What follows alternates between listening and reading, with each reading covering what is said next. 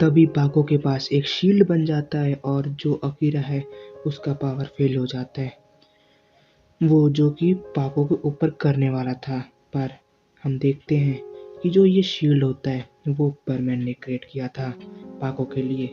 तो तभी अकीरा जो होता है वो बोलता है, तुम्हारा इतनी हिम्मत कि तुम मुझे रोकोगे? तो तभी परमैन बोलता है, हाँ मैं रोकूंगा, मैं पाको के लिए कुछ भी कर सकता हूँ, यहाँ तक कि किसी को ख़त्म भी कर सकता हूँ, पर तुमने तो मेरे पापा को हर्ट किया है, तो तुम तो इस दुनिया में नहीं रह सकते।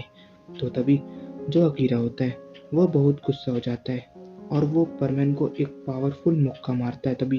और हम देखते हैं कि जो परमैन होता है वो बहुत दूर जाके गिरता है। और हम फिर से देखते हैं कि जो अकीरा होता है वो परमैन के ऊपर लगातार अटैक कर रहा होता है और परमैन जो होता है वो उसका पावर समझ नहीं पा रहा होता है कि वो किस तरह उसको मार रहा है, क्योंकि जो अकीरा का पावर होता है वो परमैन सेट का डबल होता है।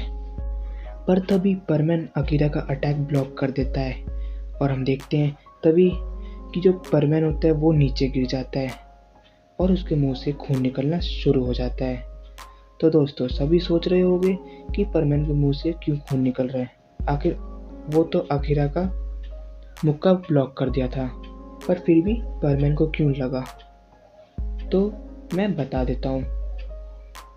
जो अकीरा होता है वो परमैन के अटैक से पहले वो परमैन को एक अपना फुल पावर का मुक्का मार देता है, जिसके कारण परमैन के मुंह से खून निकल जाता है। तो अब हम देखते हैं कि परमैन बुरी तरह घायल हो जाता है और उसके पास अभी इतना स्ट्रेंथ नहीं होता कि वो फिर से खड़ा हो सके और अकीरा से लड़े। तो तभी अकीरा बोलता है परमैन को, तुमने बहुत बड़ा गलती कर दिया कि तुम मेरे से पंगा ले लिया है और अब देख लिया कि तुम्हारा औकात कहाँ पर है।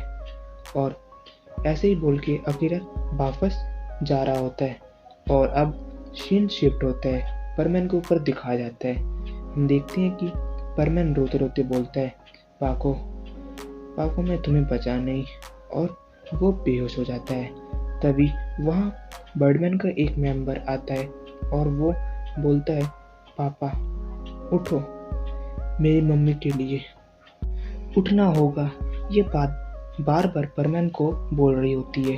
तभी परमैन एकदम से उठ जाता है और वो अपने को कंट्रोल नहीं कर पा रहा होता है, उसका सांस नहीं चल रहा होता है, उसका शरीर पूरी तरह बंद हो जाता है। पर फिर भी वो पाको पाको चिल्लाता है और वो एकदम से वहाँ से गायब हो जाता है और वो एकदम से अकीरा के पास आ जाता है और वो एकदम से अकीरा का गर्दन पकड़ लेता है।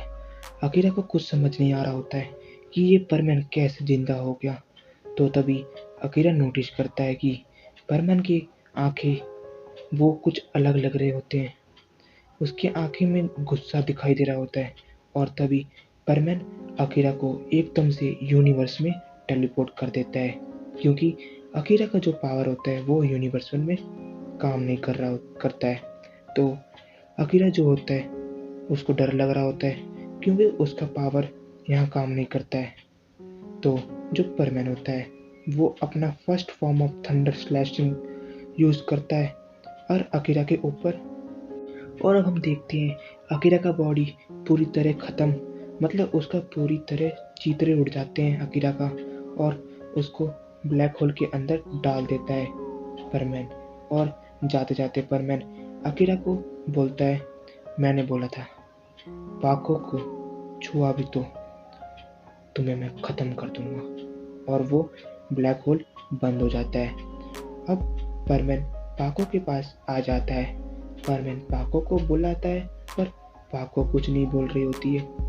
वो परमैन जो होता है वो रोने लग जाता है कि पाको उठ जाओ प्लीज़, उठ जाओ, मैं तुम्हारे बिना नहीं रह सकता। पर पाको का कोई जवाब नहीं होता है। तो वहाँ तभी वो आवाज़ सुनाई देती है और पाको के पास आती है और वो एक एंटीडोट इंजेक्ट करती है और वो सिर्फ पापा मतलब परमैन को बोलती है मम्मी का ख्याल रखना, और वो वहाँ से गायब हो जाती है। और थोड़ी देर बाद पाको का आँख खुल जाता है और हम देखते हैं कि परमैन पाको को एकदम से किस कर देता है और बोलता है पाको तुम ठीक हो ना। पाको को कुछ समझ नहीं आ रहा होता है कि क्या हुआ, पर पाको जो होती है वो परमैन का हालत बहुत ख़राब होता है, पर परमैन जो होता है वो पाको को लेकर टेलीपोर्ट हो जाता है एकदम से बर्ड प्लैनेट हेडक्वार्टर में। और वहाँ पर हम देखते हैं कि वहाँ परमैन का चेकअप हो रहा होता है और अब पाको एकदम ठीक हो जाती है।